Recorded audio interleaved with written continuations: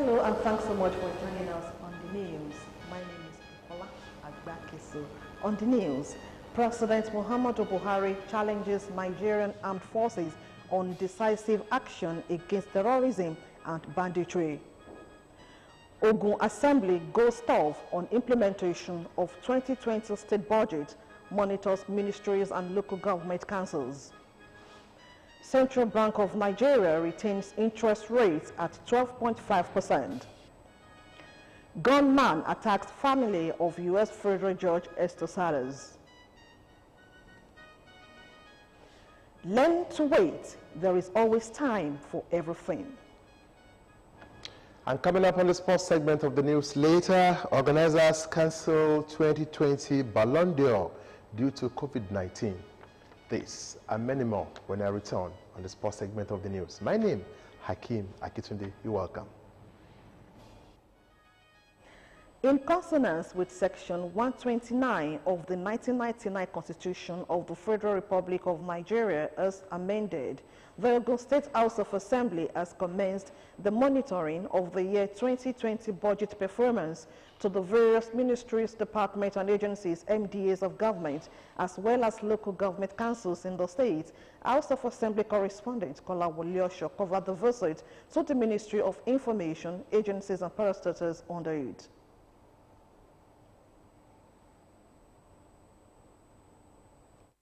The monitoring of year 2020 budget performance by the Ogun State House of Assembly, which is part of its oversight function, kick-started with the Ministry of Information and Strategy by the House Committee on Information, Culture and Tourism, chaired by Honorable Yusuf Adejoju, presenting the budget performance of the first half of the year 2020 before the committee. Permanent Secretary of the Ministry, Mr. Abiodun Awere, disclosed that the ministry in the period under review has been in the forefront of creating awareness on different issues, including health issues such as Lassa fever, coronavirus, and environmental matters like flooding, among others. The ministry has continued to perform its primary duties, which include the monthly publication of Ogun Update, the OGS, that is Ogun State Information Service Bulletin. Responding, Chairman of the committee, Honorable Adejoju, stated clearly that the exercise is to promote transparency and accountability of the ministries, department and government agencies, while urging the ministry to furnish the committee with information on some documents. We will write a letter to you in requesting further information that we need from you. These are the jobs that we contracted out to the printing corps contractors and earnings from advert and rights. We want to know the jobs we've done that makes you to generate this amount of money. Bureau of Information Technology, led by Special Advisor to the Governor on ICT, Mr. Dayo Abiodun, while answering questions from the lawmakers, said implementation of virtual court session between the State Chief Judge Courtroom and the Correctional Court Center at Ibara, as well as expansion of the internet coverage at the Governor's office with the deployment of additional 10 access points, were part of the achievements of the agency.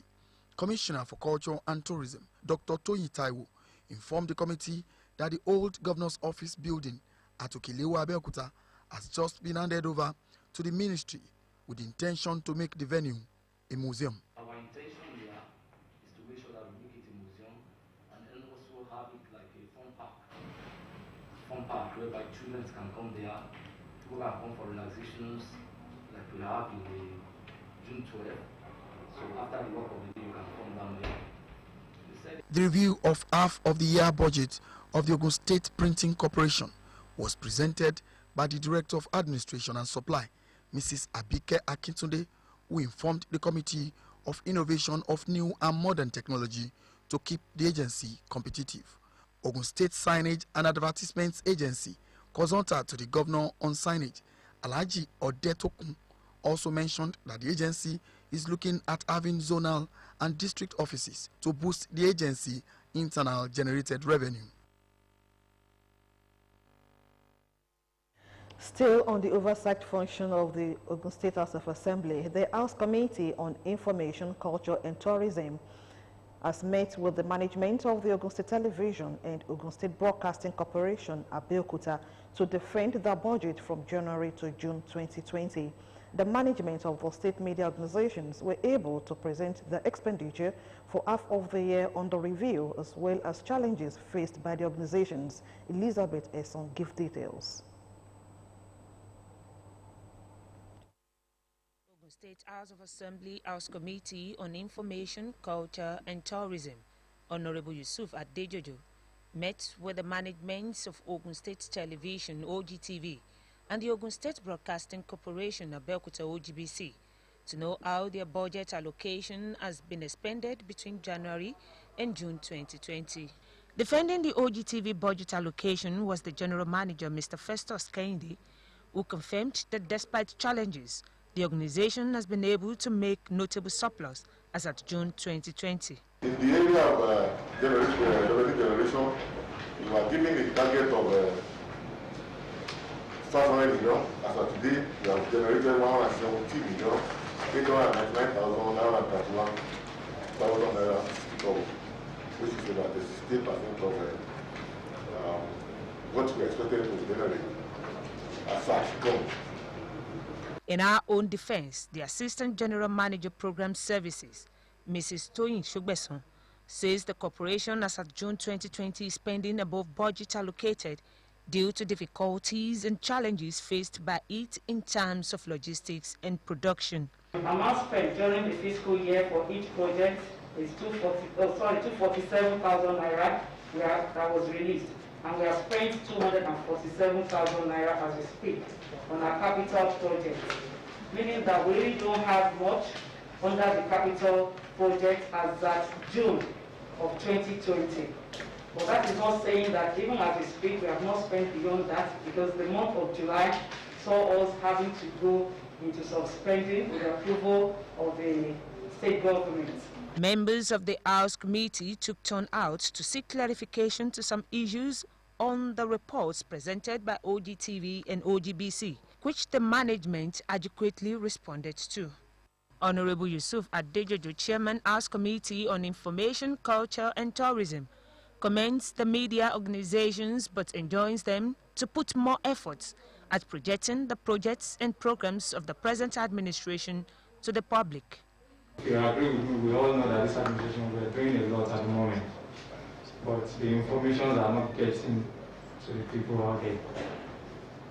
And all other informations required by this honorable house will be put to you in writing, and please know that we need these information 48 hours after receipt of the letter.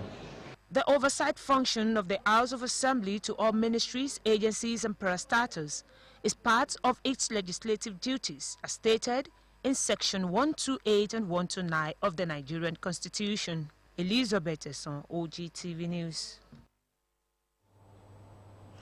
As the world continues to navigate its way around COVID-19 pandemic while safeguarding the public, it is expedient that the issue of food security be approached with great care, which is why farmers must be protected against the virus. Commissioner for Agriculture in Ogun State, Dr. Adiola Odedino, made us known while flagging off an awareness creation for rice and cassava farmers in 8 of the 20 local governments in the state, organized by the federal and Ogun State governments in partnership with Value Chain Development Program in Ijebu Northeast. Matthew Sheume completes the report. Value Chain Development Program, designed to provide assistance to smallholder farmers along the agricultural value chain, has come a long way in repositioning agriculture since the current administration came on board. The essence of this program is to create the necessary awareness on the protocols they must follow to safeguard their health and protect them against the spread of COVID-19 as they contribute to the nation's quest for food security.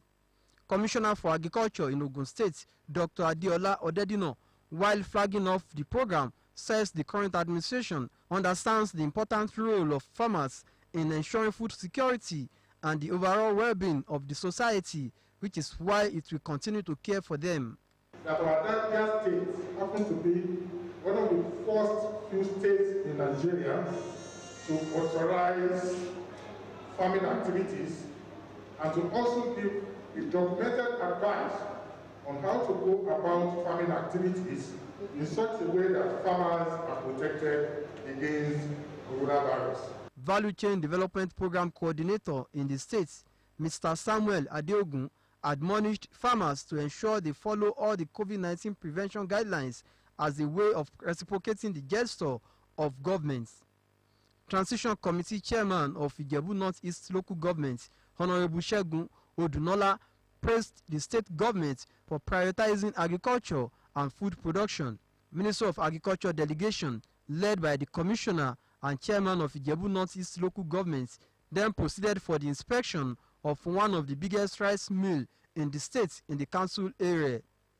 Ijebu North-East Local Government is one of the producers of rice in this state. So we are happy to have this project here because it will make things easier for people, especially our rice farmers. The rice mill, which has been dormant since it was donated to the state by the federal government, is now about to commence full operation as the state government is ready to provide all the basic complements. This 10 tons per day rice mill was donated by the federal government of Nigeria. We've not been able to put it into use, I mean the state, because those facilities were not there. But I'm happy to inform you that some weeks ago, His Excellency approved an industrial borehole here and a big generator, and also an extension that will take care of the wet section of the mill, which is not here now. Another effort to ensure self-sufficiency in rice production and re-energize the states to take the lead in rice production in the country. Matthew Shoumi, Ogtv News. Ogun State Ministry of Education, Science and Technology will on Sunday, 25th July 2020, conduct second edition of online assessment examination based on the virtual learning tagged Ogun Digi classrooms for learners in Junior Secondary School 3 and Senior Secondary School 3 in both public and private schools across the state. A statement signed by the Special Advisor to the Governor on Primary and Secondary Education, Mrs. Ronke Sheyombo, indicated that the examination, which will be online, is meant to test the ability of students in preparation for the Basic Education Certificate Examination and West African Senior Secondary Certificate Examination, respectively. It added that those concerned should visit Ogundiji Class website www.ogundigiclass.ng on the specified date from 7 in the morning to 7 in the evening.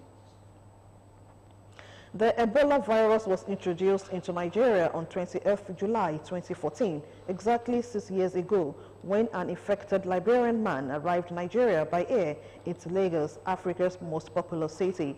The man, Patrick Saya, who died in hospital 5 days later, set off a chain of transmission that infected a total of 19 people, of whom 7 died. Ogtv News takes a look at the outbreak 6 years after and how Nigeria was declared free of the disease by the World Health Organization. Idowu Fabajo has the details. The first known case of Ebola in Nigeria was in a traveler exposed in Liberia on July 17, 2014, while under observation in a Monrovia, Liberia hospital for possible Ebola. The patient, Patrick Sawyer, developed a fever and, while symptomatic, left the hospital against medical advice. Despite advice against travel on July 20, he flew by commercial airline from Monrovia via Accra, Ghana to Lomé, Togo, then changed aircraft and flew to Lagos, Nigeria. On arrival on July 20, he was acutely ill and immediately transported to a private hospital where he was noted to have fever, vomiting and diarrhea. Based on the patient's failure to respond to malaria treatment and his travel history from an Ebola-affected country in the region, treating physicians suspected Ebola. The patient was isolated and tested for Ebola virus infection, while local public health authorities were alerted about a suspected case of Ebola. A blood specimen sent to Lagos University Teaching Hospital was confirmed positive for acute Ebola virus infection. The patient died on July 25. Dr. Ameyo Stella Adadevo was the lead consultant physician and endocrinologist at a private hospital in Lagos, Nigeria, where she worked for 21 years. She had never seen Ebola before but was able to diagnose and contain Nigeria's first ever Ebola patient in July 2014. She is credited with having curbed a wider spread of the Ebola virus in Nigeria by placing the patient zero, Patrick Sawyer, in a quarantine despite pressures from the Liberian government. She is known for preventing the Nigerian index case from leaving the hospital at the time of diagnosis, thereby playing a key role in curbing the spread of the virus in Nigeria. With the emerging Ebola outbreak, the Nigerian government moved quickly to enforce coordination of the national and state Ebola response efforts using the IMS and EOC structures and drew from its successful experiences. According to WHO recommendations, the end of an Ebola virus disease outbreak in a country can be declared once 42 days after passed and no new cases have been detected. The 42 days represents twice the maximum incubation period for Ebola, 21 days. On the 28th of October, Nigeria reached that 42-day mark and thereby considered free of Ebola transmission. After the last confirmed case of Ebola virus disease was discharged from the isolation ward, having tested negative for the Ebola virus, the chains of transmission have been broken.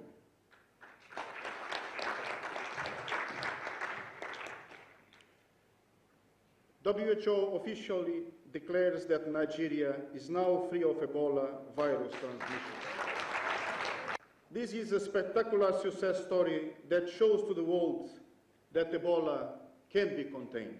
WHO commended the Nigerian government's strong leadership and effective coordination of the response that included the rapid establishment of an emergency operations center.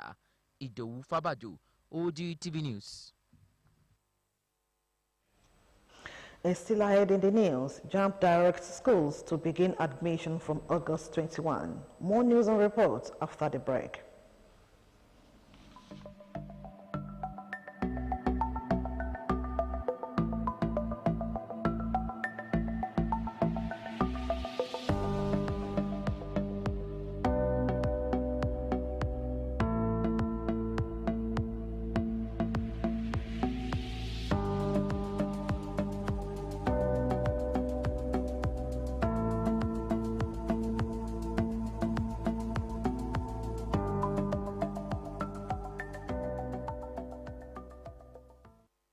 Dangote bag of goodies. Spell and be a millionaire. Dangote is back again with Dangote Bag of Goodies Season 2. Spell and be a millionaire. In 16 weeks, 1,000 people will become millionaires. That's not all. Lots of amazing prizes to be won. From tricycle, motorcycle, television set, and many more. To win, buy any bag of Dangote cement that has Bag of Goodies written on it. Remove and scratch the cards you find inside. To win instant prizes like airtime, Dangote food packs, and many more. And keep the scratch card for the spell to win the star prize. Get on the cards to spell DANGOTE and be a millionaire. Redeem your prizes at Dangote Depot, regional offices, or selected wholesale outlets near you. Check newspapers and posters for more details. This promo starts July 15 to November 15, 2020. Dangote Bag of Goodies Season 2. Spell and be a millionaire. This year will still be great for you.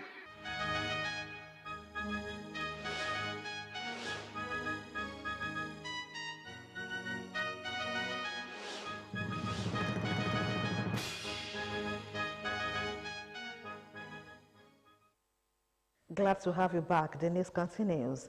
President Muhammadu Buhari is tasking the Nigerian armed forces to be more proactive and decisive in the battle against terrorism, insurgency, and other heinous crimes towards achieving sustainable peace and security in troubled areas of the country.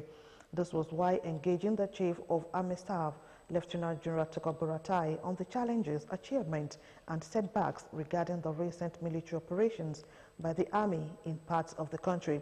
The Army Chief, Lieutenant General Tukur Buratai, who just returned from a military operation in Katsina State, met President Muhammadu Buhari behind closed doors. Security in the Northwest featured prominently at the meeting. They are fully supporting the already ongoing Operation Hadarin Daji which is a joint operation of all the armed forces and the security agencies. This collective effort is making tremendous progress in the area of bringing about normalcy. We had a series of killings, kidnappings, cattle rustling, and of course the threat to prevent the people to go to their farms and farm this season. The security situation, I assure you, is under control. The troops, they are doing very well. I commend them for the efforts they've put in so far, and we are sure that this will be sustained, throughout this farming season and beyond, to ensure that our country is safe. The progress made notwithstanding, President Muhammadu Buhari insists that sanity must be finally restored in the nation's security situation and the people of Nigeria must be adequately protected to pursue their legitimate businesses. Lieutenant General Buratai, however, said intelligence sharing and synergy between the law enforcement agencies and the civil populace are critical towards achieving the objectives. From foreign land, these terrorists, 99% of them are all Nigerians. These kidnappers, I would even say 100% of them are Nigerians. So it's not just the military tax and the security agencies tax to end the insecurity in this country. It's only when it goes bad that we are called in. But everybody has a responsibility. There are setbacks that can always occur in such type of military operations or any security agency operation. But that doesn't mean incapacity to handle it. That doesn't mean incompetence to handle it.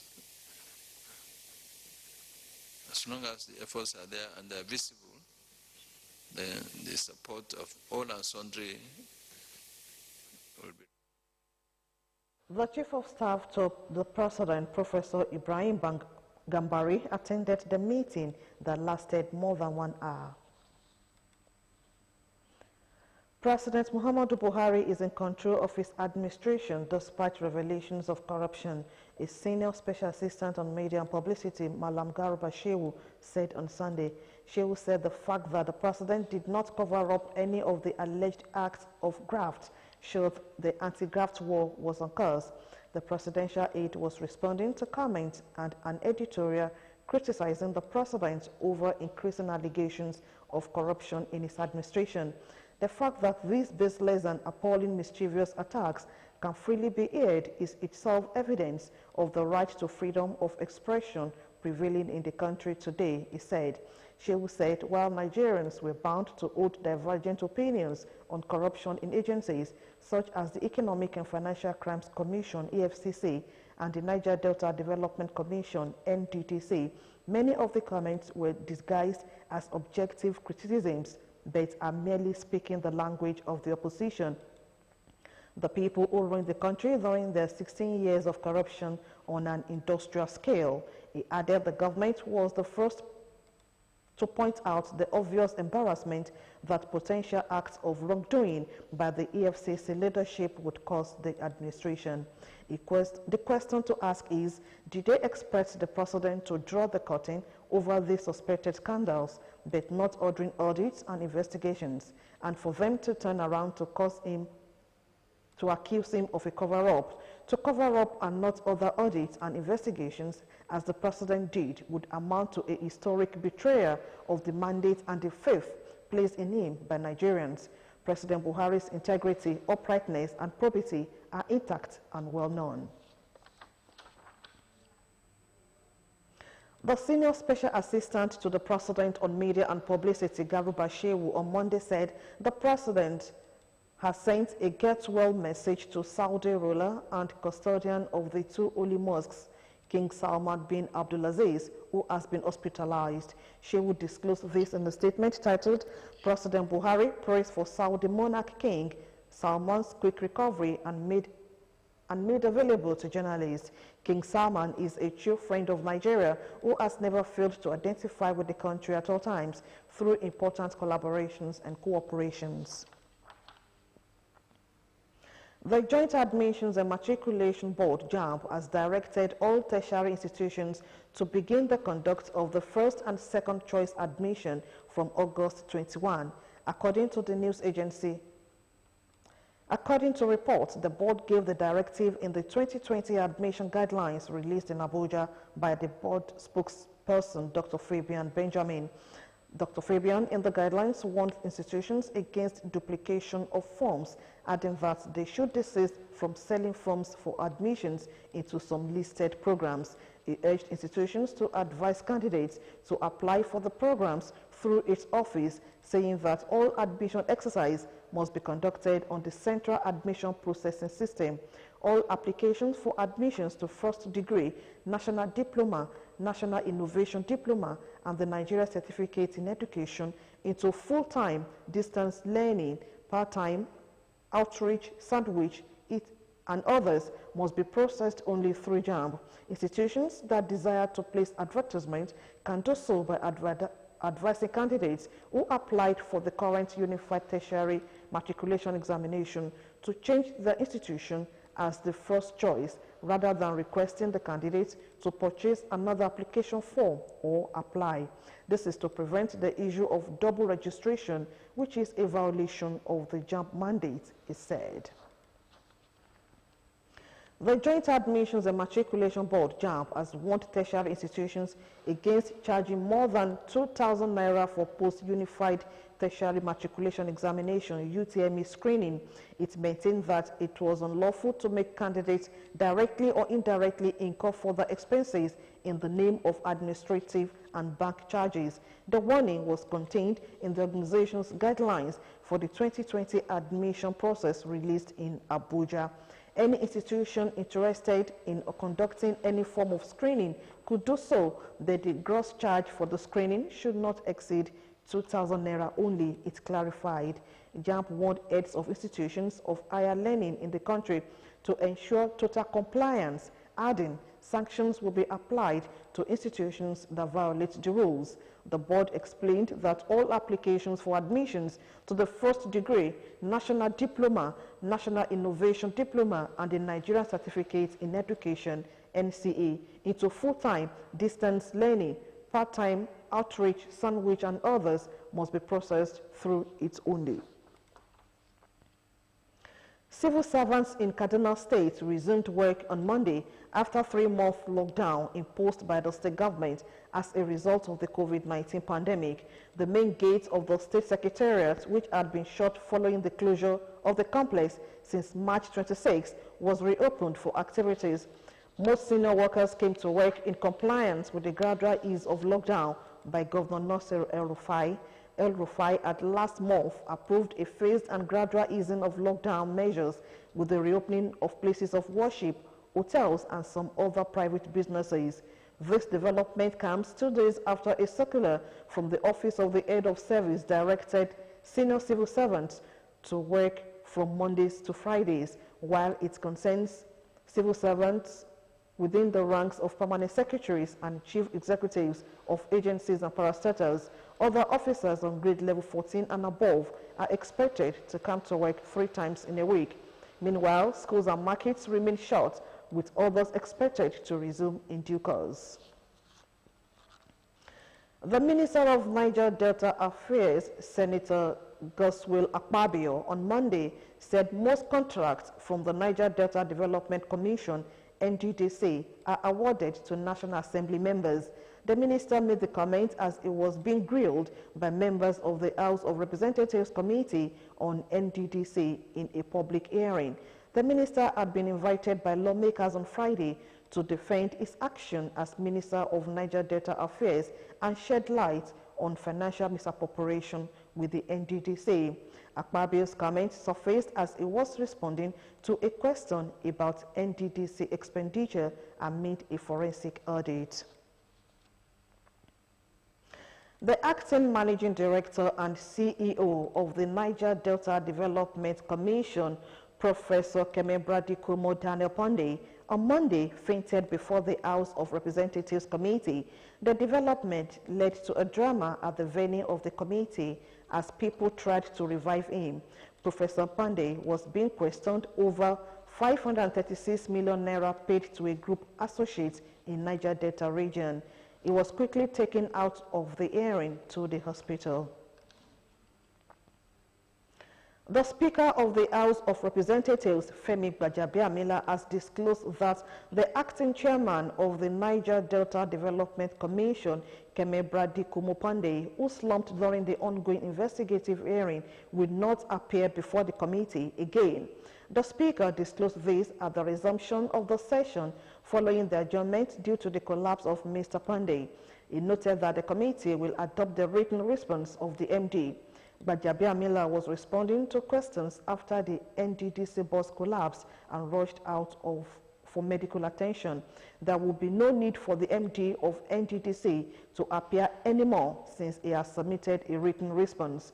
Gbajabiamila wishes Mr. Pandey safe and speedy recovery and have also sent the medical director of the National Assembly to follow up to ascertain the condition of the MD. The National Assembly complex was under heavy security guard as protesters clashed over the ongoing probe of the Niger Delta Development Commission.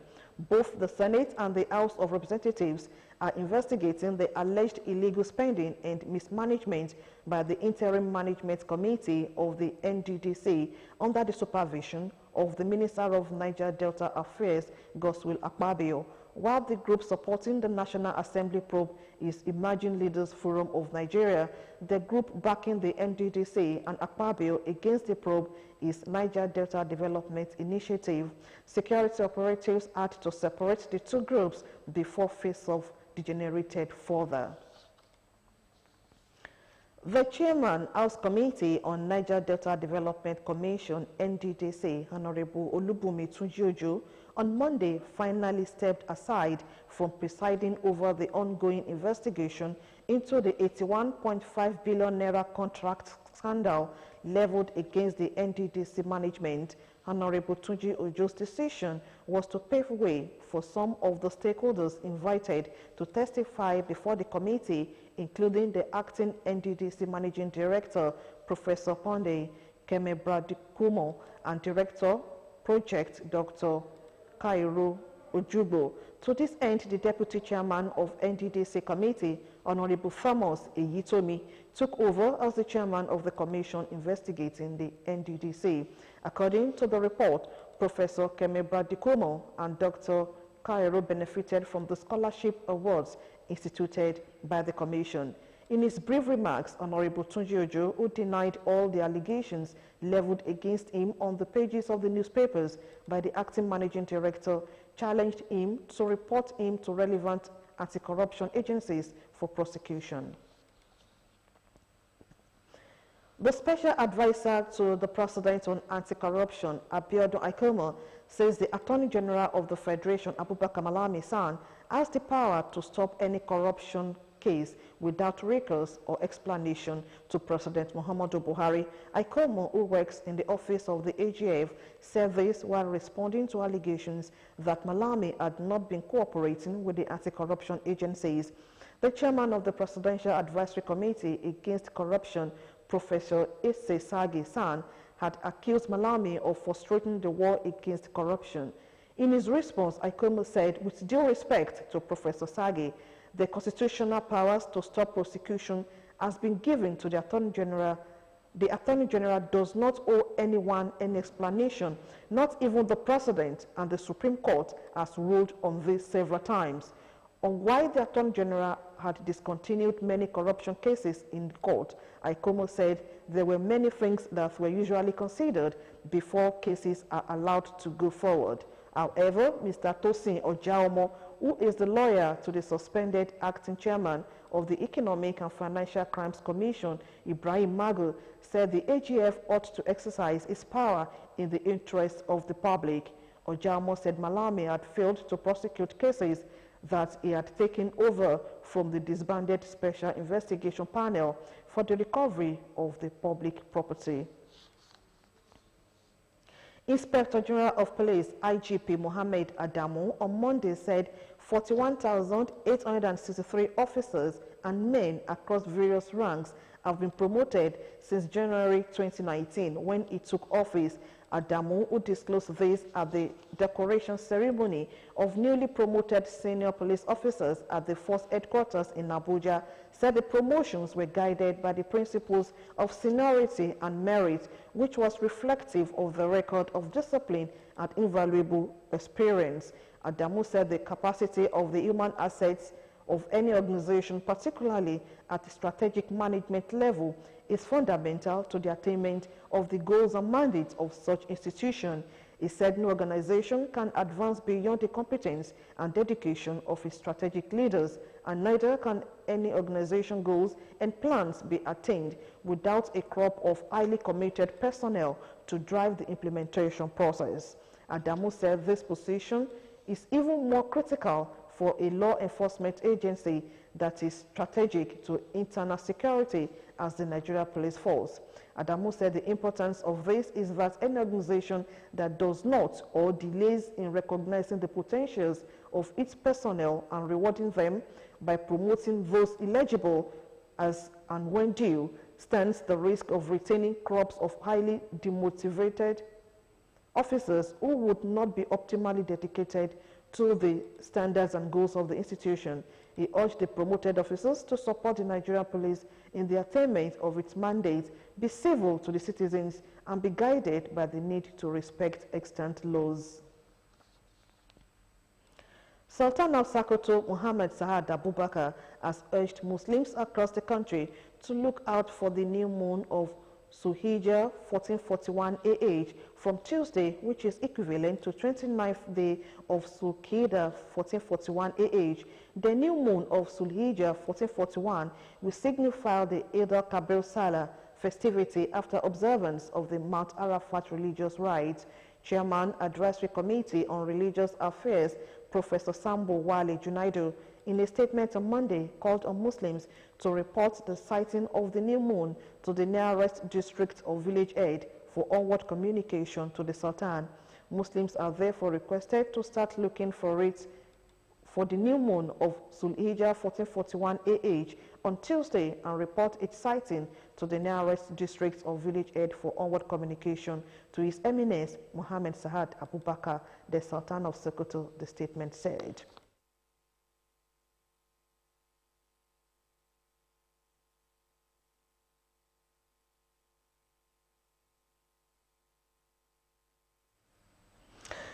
On business segments of the news, Central Bank of Nigeria retains interest rates at 12.5%. More news and reports after this break.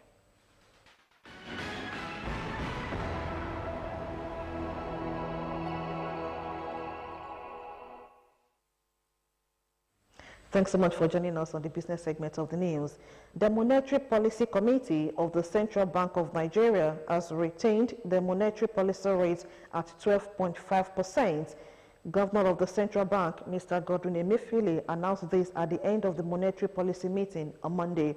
Emefiele explained that other parameters were held constant, leaving the CRR at 27.5% and the liquidity ratio at 30%. He added that the move to tighten will contradict the initiative of expansion of affordable credit to the real sector, while increasing MPR at the stage will be counterproductive and will result in upward pressure on market rates and cost of production, and a further cut will not be realistic. The CBN governor stated that the earlier loosening to 12.5% in May is yielding positive impact as credit growth increased significantly in the economy and more time needs to be given for the impact to be felt further. According to him, the nation's gross domestic product, GDP, grew in the first quarter of 2020.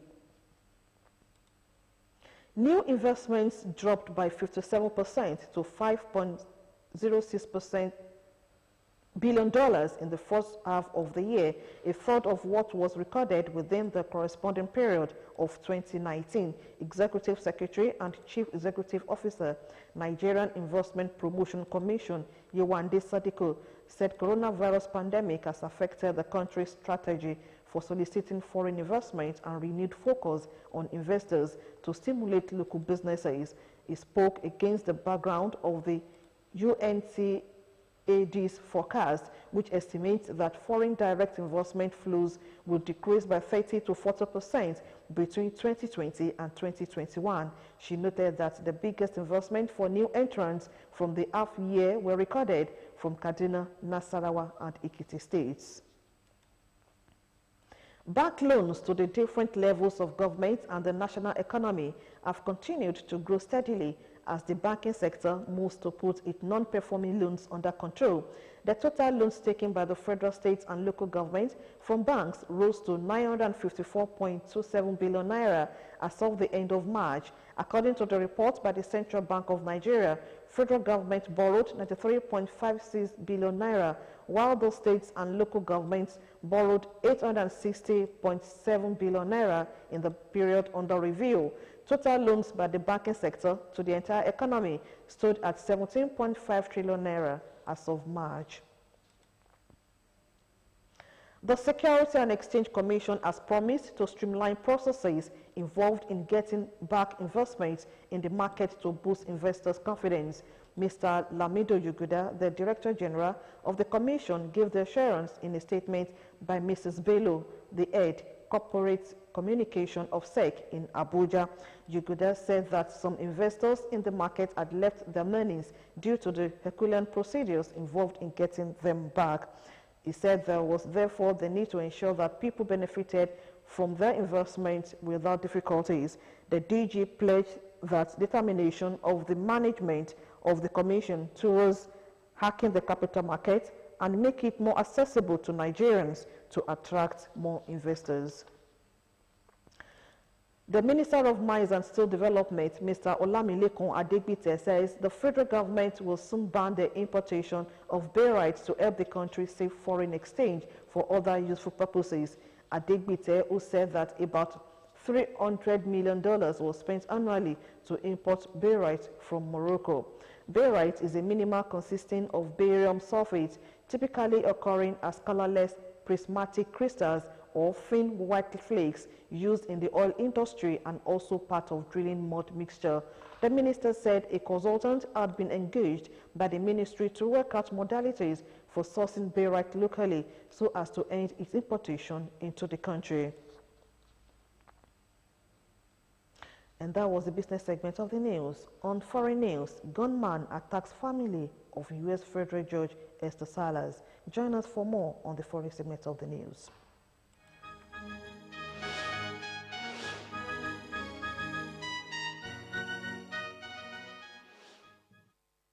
On the world today, the son of a U.S. federal judge, Esther Salas, has been shot dead and her husband injured during an attack on their home.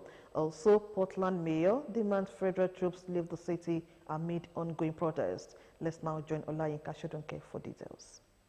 The son of a U.S. federal judge has been shot dead and her husband injured in an attack at their family home in New Jersey.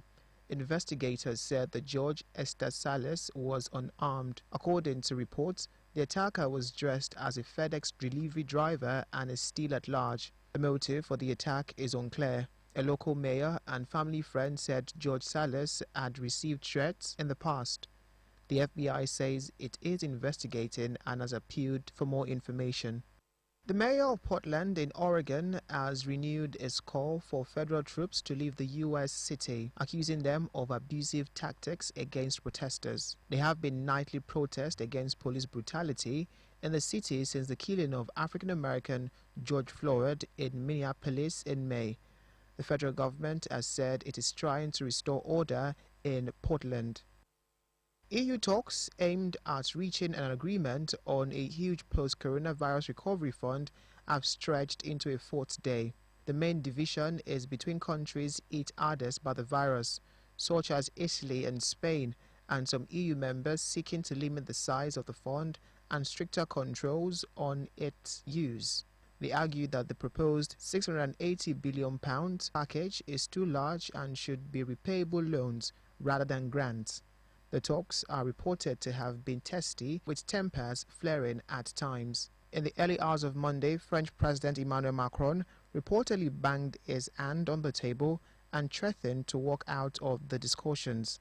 However, as he arrived for the afternoon session, he said he was starting with a lot of determination to make progress. The Dutch Prime Minister admitted leaders were close to failure and talks could still fall apart. The preliminary results of a clinical trial suggest a new treatment for COVID-19 dramatically reduced the number of patients needing intensive care, according to the UK company that developed it. The treatment from Southampton-based biotech company uses a protein called interferon beta, which the body produces when it gets a viral infection. The protein is inhaled directly into the lungs of patients with coronavirus using a nebulizer in the hope that it will stimulate an immune response. The initial findings suggest the treatment cuts the dose of COVID-19 patients in hospital developing severe disease such as recurring ventilation by 79%. Patients were 2 to 3 times more likely to recover to the point where everyday activity were not compromised by their illness. The trial also indicated very significant reductions in breathlessness among patients who received the treatment. U.S. rapper Kanye West has officially launched his campaign for the 2020 U.S. presidential election with an unorthodox rally in Charleston, South Carolina. 43-year-old West is running as a candidate for his self-styled birthday party. At the event, the rapper seemed to make policy decisions off the cuff and made several rants. Fans have questioned whether his last-minute bid for the White House is actually a promotional stunt. And that's it on The World Today.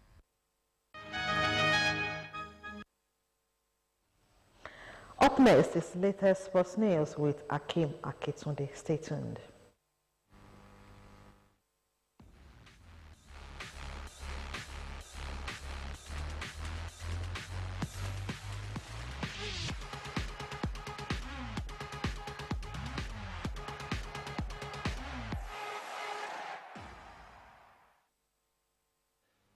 Welcome to the sports segment of the news. Starting from the cricket oval, the Men's T20 World Cup, scheduled to be held in Australia later this year, has been postponed because of the coronavirus pandemic.